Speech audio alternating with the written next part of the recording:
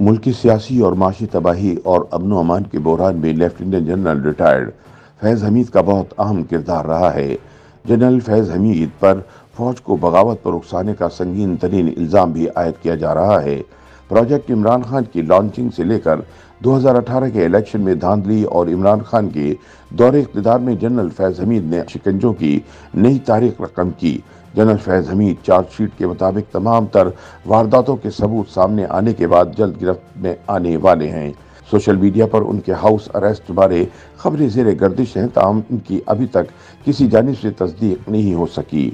Senior सहाफ़ी असद तूर ने दावा किया है कि lieutenant general retired Faiz Hamid की जल्द गिरफ्तारी का इम्कान है। सहाफ़ी असद तूर ने अपने यूट्यूब चैनल पर वीलॉग में इंकशाफ किया है कि इमरान खान के करीबी साबिक अस्करी अफसर lieutenant general retired Faiz Hamid जल्द गिरफ्तार होने वाले हैं। उन पर करप्शन, मुल्क में दहशत गर्दी, मुल्क की सियासत में मुदाखलत के संगीन इल्ज़ामात हैं। इसके अलावा उन पर इल्ज़ाम है कि उन्होंने फ़ौज में भी बगावत करवाने की कोशिश की। असद तूर के मुताबिक इस बारे में कुछ वाज़े तौर पर नहीं कहा जा सकता कि जनरल फैज़ हमीद का बाकायदा कोर्ट मार्शल होगा या उनको किसी सिविलियन अथॉरिटी के ज़रिए गिरफ्तार किया जाएगा, ताहम उनकी जल्द गिरफ्तारी यकीनी है। इम्कान है कि किसी वक्त भी lieutenant general retired Faiz Hamid को गिरफ्तार कर लिया जाएगा। ख्याल रहे कि जनरल फैज़ हमीद साबिक DGISI थे। कोर कमांडर पेशावर और कोर कमांडर भावलपुर भी रह चुके हैं। मुल्क की सियासी और माशी तबाही और अमन व अमान के बहरान में lieutenant general retired Faiz Hamid का बहुत अहम किरदार रहा है। लेकिन तमाम तर इल्ज़ामात के बावजूद ये बात काबिल गौर है कि फैज़ हमीद ये सब कुछ अकेले नहीं कर रहे थे। ऐसा मुमकिन नहीं कि एक लेफ्टिनेंट जनरल पाकिस्तान फ़ौज में अपनी 1.5 इंच की मस्जिद बनाकर अपनी पॉलिसी बनाकर इसको चलाए। वाज़े तौर पर उन्होंने उस वक्त के army chief general Qamar Javed Bajwa के बाजवा डॉक्ट्राइन पर अमल दरामद किया। 2018 के इलेक्शन में धांधली, जिस तरह मुल्क में सब उलट पुलट किया गया, इस सब में फैज़ हमीद साबिक आर्मी चीफ जनरल बाजवा के अहकामात बजा ला रहे थे। आखिरी 2 से 3 साल में जनरल फैज़ हमीद अगला आर्मी चीफ बनने की ख्वाहिशात की तकमील के लिए अपने रोल से काफ़ी बाहर निकल चुके थे। ताहम इन्हें उस वक्त के वज़ीर आज़म इमरान खान की पुष्टपनाही भी हासिल थी। असद तूर कहते हैं कि मेरी राय में सिर्फ lieutenant general retired Faiz Hamid के खिलाफ ही नहीं, बल्कि जनरल रिटायर्ड कमर जावेद बाजवा के खिलाफ भी कार्रवाई होनी चाहिए। ये जो पाकिस्तान मुस्लिम लीग जनरल बाजवा का नाम नहीं ले रही, ये बहुत शर्मनाक बात है। जब वो हाजिर सर्विस थे तो मियां नवाज शरीफ की जानिब से उनका नाम लिया गया, लेकिन अब जब इमरान खान को निकाल दिया गया तो आप उनका नाम नहीं ले रहे। तो ऐसा लगता है कि इमरान खान ठीक कह रहे थे कि उनको जनरल बाजवा ने साजिश करके निकाला, क्योंकि अगर इमरान खान को निकालने और मुस्लिम लीग नून और इनकी इत्तेहादी हुकूमत को लाने में उनका किरदार ना होता तो क्यों मरियम नवाज जलसों में उनका नाम ना लेती। अगर आप बगैर डील के आए हैं और अपने वोट की ताकत पर इख्तिदार में आए हैं तो जनरल रिटायर्ड कमर जावेद बाजवा का नाम ले। उन्होंने आप लोगों के साथ क्या कुछ नहीं किया। असद तूर के मुताबिक lieutenant general retired Faiz Hamid के खिलाफ चार्जशीट बड़ी खौफनाक है। सबसे पहले अगर करप्शन इल्ज़ामात की बात की जाए तो जैसा कि सहाफ़ी ने लिखा कि किस तरह से फैज़ हमीद ने इस्लामाबाद में F11 में छापा मारकर एयरपोर्ट के करीब वाक़ एक निजी हाउसिंग सोसाइटी के मालकान को उठाया, उनको अगवा किया, ISI और रेंजर्स के एहलकारों का इस्तेमाल किया। उस वक्त फैज़ हमीद DGC मेजर जनरल थे। मालकान को अगवा करवाया और उनकी इस जायदाद हाउसिंग सोसाइटी को मुबैना तौर पर अपने भाई नजफ हमीद और एक मासूमा नामी खातून के नाम पर ट्रांसफ़र करवाने की कोशिश की। जब 3-4 दिन के टॉर्चर के बाद वो ना माने तो उन पर दहशतगर्दी की FIR दर्ज करवा दी और ये तमाम कार्रवाई इस्लामाबाद में हुई, पाकिस्तान के किसी दूर दराज इलाके में नहीं हुई। उस वक्त चौधरी निसार वजीर दाखिला थे, ना वो कुछ कर सके ना ही यहाँ कुछ हो सका। उन पर मुकदमा दर्ज हुआ, कार्रवाई हुई, लेकिन वो तमाम अदालतों से बरी हो गए और अब सुप्रीम कोर्ट के दरवाजे पर खड़े हैं। लेकिन सुप्रीम कोर्ट की जानिब से अभी तक उनकी अपील की समाअत नहीं की गई। लेकिन इसकी वजह मौजूद चीफ जस्टिस उमर अता बंदियाल ही बता सकते हैं कि जिस केस में फैज़ हमीद बराह रास्त मुलविस हैं, इस अपील को अभी तक समाअत के लिए क्यों मुकर्रर नहीं कर रहे। असद तूर कहते हैं कि इसके अलावा वो इस्लामाबाद में मनी एक्सचेंज डीलर को अगवा करवाते थे और उनसे तावान वसूल करते थे।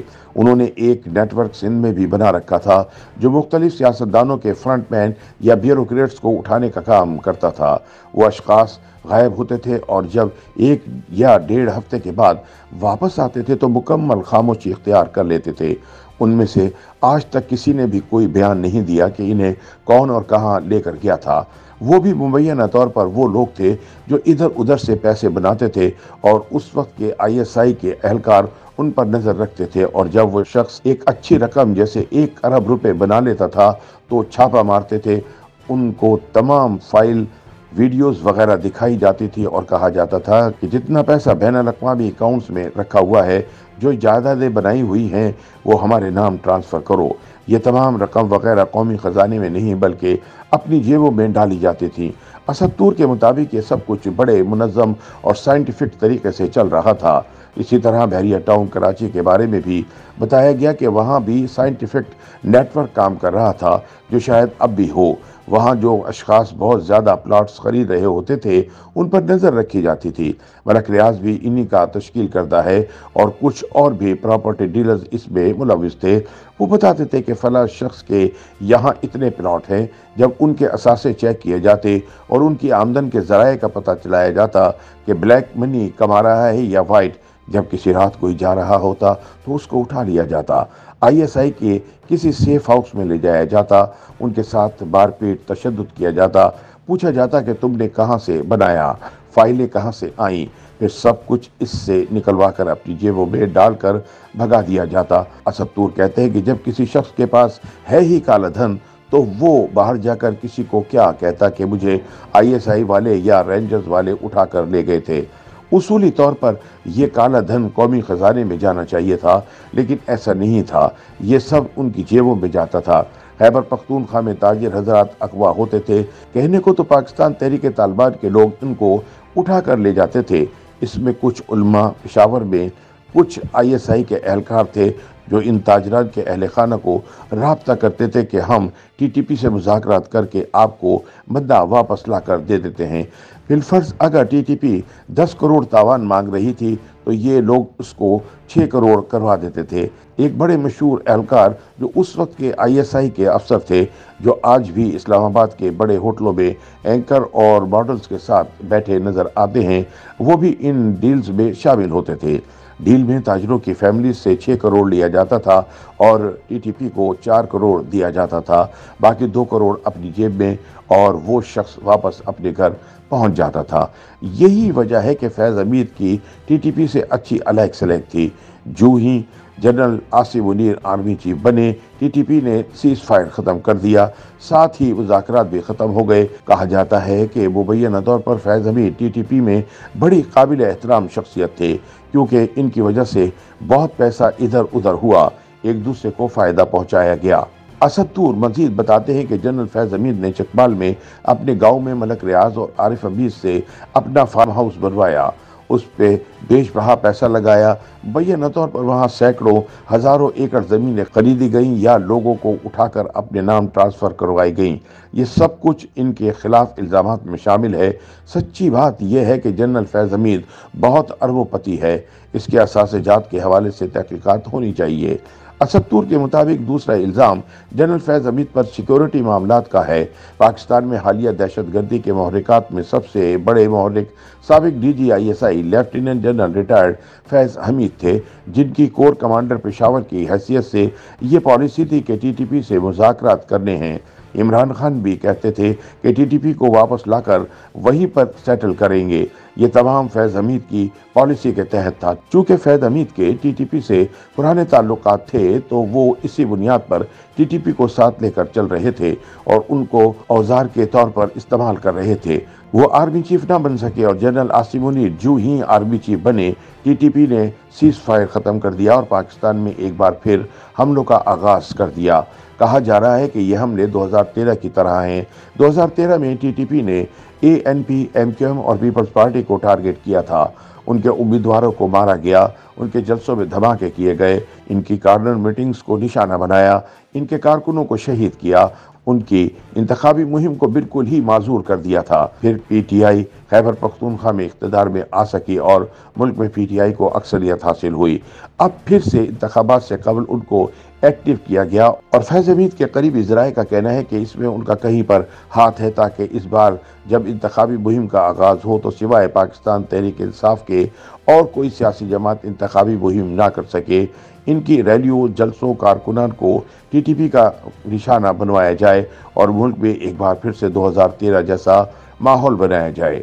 असद तूर के मुताबिक तीसरी चीज़ फैज़ हमीद की सियासत में मुदाखलत है। जब 2011 में ये फैसला हुआ कि फ़ौज सियासत में मुदाखलत नहीं करेगी, गैर सियासी होगी, तब भी फैज़ हमीद की जानिब से बार बार इस मौक़िफ़ की खिलाफ वर्जी की गई। जब इन्हें ISI से हटाकर कोर कमांडर की हैसियत से पेशावर भेजा गया तो वहाँ भी उन्होंने PTI की हिमायत जारी रखी। जब एहलकारों को वापस भेजा गया या इनकी पोस्टिंग कहीं और हुई, फैज़ हमीद बदस्तूर इनसे वही काम लेते रहे, वही सियासत में भी मुदाखलत करते रहे। PTI को फंडिंग दिलवाना, जज साहिबान को मैनेज करना, ये सब कुछ करते रहे। इसलिए पिछले दिनों कर्नल लियाकत को, जो इस्लामाबाद के सेक्टर कमांडर रहे हैं, उनकी फैमिली के हमरा एयरपोर्ट से उठाया गया जब वो बरतानिया जा रहे थे। ISI का कर्नल था, इसके पास इतना पैसा कहाँ से आया कि इसने बरतानिया में अपनी फैमिली को सेटल किया हुआ है। और दीगर भी कई एहलकारों को फैज़ हमीद इस्तेमाल करते रहे। 25 मई को जो लॉन्ग मार्च हुआ, इसमें भी फैज़ हमीद की बहुत हिमायत हासिल थी। जनरल फैज़ हमीद के खिलाफ बनाई गई चार्जशीट में ये तमाम चीज़ें शामिल हैं कि उन्होंने ये सब वारदातें डाली। असद तूर के मुताबिक जनरल फैज़ हमीद के ऊपर एक और संगीन इल्ज़ाम ये है कि उन्होंने फ़ौज के अंदर डिसिप्लिन की खिलाफ वर्जी की है।